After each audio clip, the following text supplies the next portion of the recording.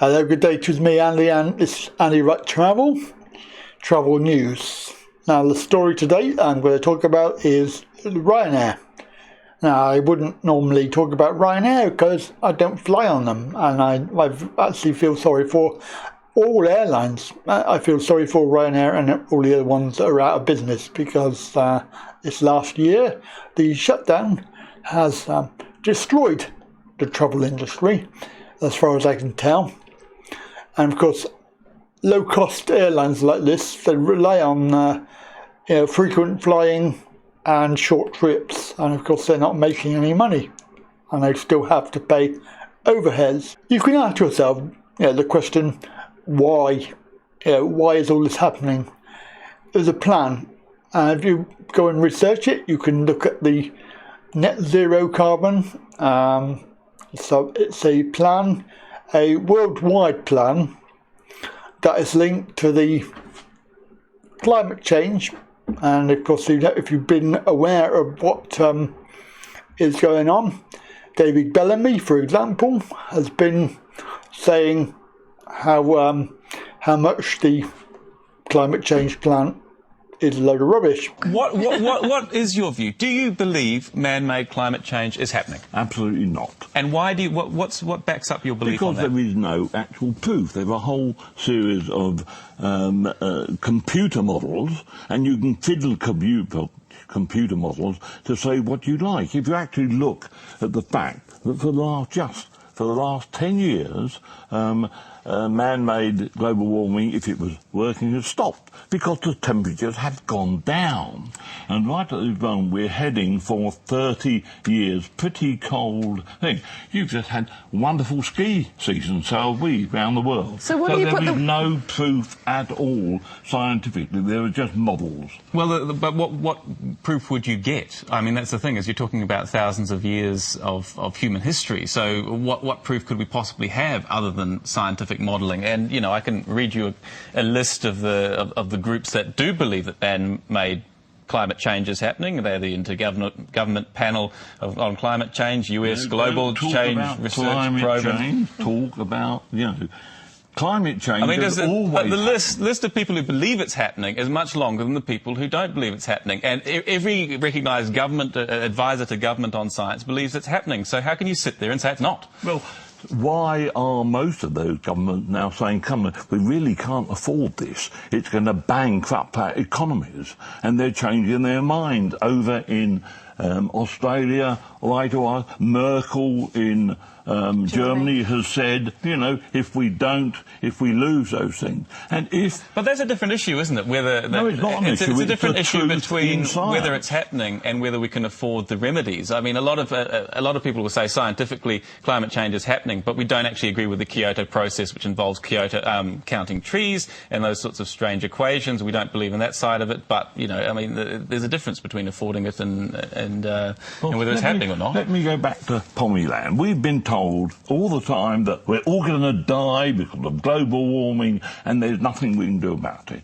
Now, why are we then building a new airport? Why aren't we going to put a third thing? Everything which is happening across the world is saying it's just as usual, we're getting on, and they don't believe in it if they actually come down. And poor Obama has now got the problem in the next few weeks to decide whether he's going to cap carbon in America. Yeah.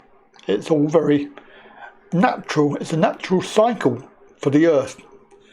And I do find it very fascinating how mere humans, just one species on a planet full of diversity, can take it on itself to assume that it can control what the planet is doing and influence what the planet is doing. And of course, this is exactly what they're doing with the climate change thing. I admit that there is a need for change, but there are some big players who are still not complying. For example, America and China, and they're the ones that are pushing this scheme, but they're not going to do anything about it. They're going to still carry on the way they are. Smaller countries are making an effort. As far as I see it, there is a need for change. However, it does not have to be this very drastic plan, because I can tell you now that all airlines will be gone in about 9-10 years.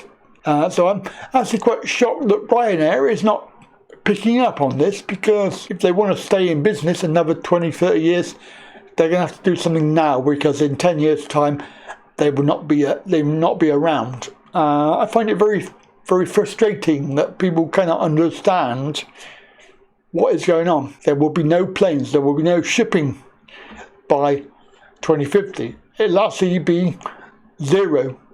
This zero carbon thing is a goal that they cannot achieve. It's impossible to achieve it. They've admitted in the document the only way that they're going to be able to cover this with electricity is to actually cut consumption by 40%, because they can only manage in 20 years, they will only be able to produce about 60%. And of course they are pushing this whole thing about electric vehicles as well. When you think about it, where do batteries come from? They come from minerals in the earth, and the earth, you have to dig it up, and it's not cost effective to produce, which then require to be dismantled and disposed of. So this legal action, it actually has nothing to do with that. It's more about the alleged traffic light system that the government have put in place, because obviously any destination that Ryanair goes to is on a amber or red traffic light, so people can't go there without a lot of hassle. And of course Ryanair, that's what they make their money on, going to these short haul countries. And of course they are now saying this legal action that they're taking, if we have a look at that, it's on the BBC. So Ryanair Manchester airports are taking action over this travel list fiasco. Now there are several other airlines that are involved in this. EasyJet, TUI and IAG, which is the owner of British Airways, have backed the case. They want transparency on how they decide what country qualifies for the green list. And obviously we know the whole thing is a scam anyway. So, they're putting countries on that really don't have a problem, and it's deliberate. I have to say that. It is deliberate. So, of course, they're worried about the amber and the red, which require people to pay for a 10-day holiday in a quarantine hotel, which, if you watch the videos, you'll see is more like a prison, and you're paying 1,750 quid for that privilege. Thanks for joining us this evening. Look, firstly, I understand you have a few, days left in that hotel. How are you coping in the quarantine hotel? I mean, I'll be honest with you, it's for an outsider looking in, if you've never seen what the conditions are like in these kind of places, you'd think it'd be the highest cleansed place. You'd think it'd be maximum precautions would be placed in to keep everyone safe, but it is absolutely dire, the conditions in here. Since I came here, the first day I had dust all over my room, my TV. I've even got videos of me spelling my name out on the TV, which is obviously other people's skin particles that I'm breathing in. You're treated like a criminal, like an animal almost. You get your meals delivered every day when they knock on the door, and then they just leave your food on the floor for you to open the door and just pick your food up off the floor. You've got to eat your food and then you'll drop it back outside, and sometimes, and I've documented everything, it's left on the floor sometimes for 5 or 6 hours along with other guest food, and it's just stewing on the hallway. Your only luxury you kind of get in these kind of places is going for a walk, or which is obviously only on the grounds, and you've got to be accompanied by a G4S member of staff. And to do this, the procedure is you've got to call reception, and you're on a waiting list to actually leave your room. And sometimes it's up to 20 and 30 minutes before you can go outside and get some fresh air.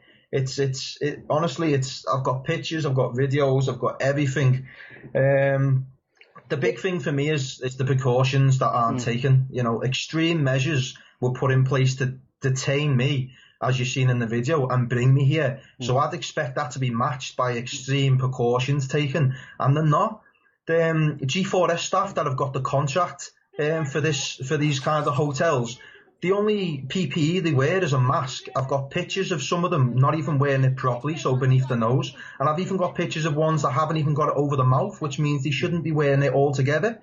And the most disgusting thing for me is, like I told you before, if I want to go on one of these walks, a G4S member has to come and get me, whenever they need. And including the requirement for pointless testing, which is unreliable. And the headline there is "Make it up as they go along." That's very much what's going on with the whole thing. In a separate development, the bosses of Jet2 and EasyJet have told the BBC that they do not understand why low infection destinations were left off the green list. And obviously Michael O'Leary wants BJ to explain the scientific basis behind the whole traffic light thing. I think what upset us and most of the rest of the industry yesterday was that this decision to move Portugal from green to amber isn't based on any science or public health.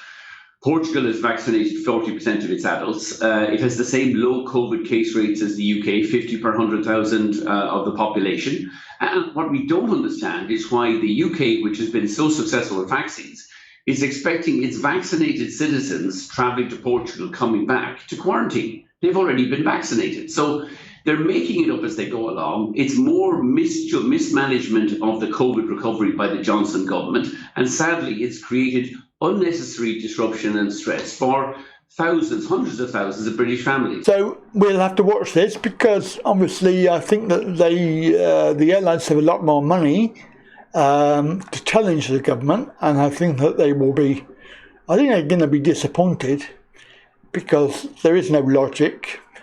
It is a deliberate plan to ruin the airlines and get rid of them in time for all of this zero carbon malarkey. Any information which I've said can be found on anywhere you like. Look it up. Go and do some research. Don't just believe everything everybody says, including me. Go and look it up and confirm it for yourself. Have a good day. Bye for now.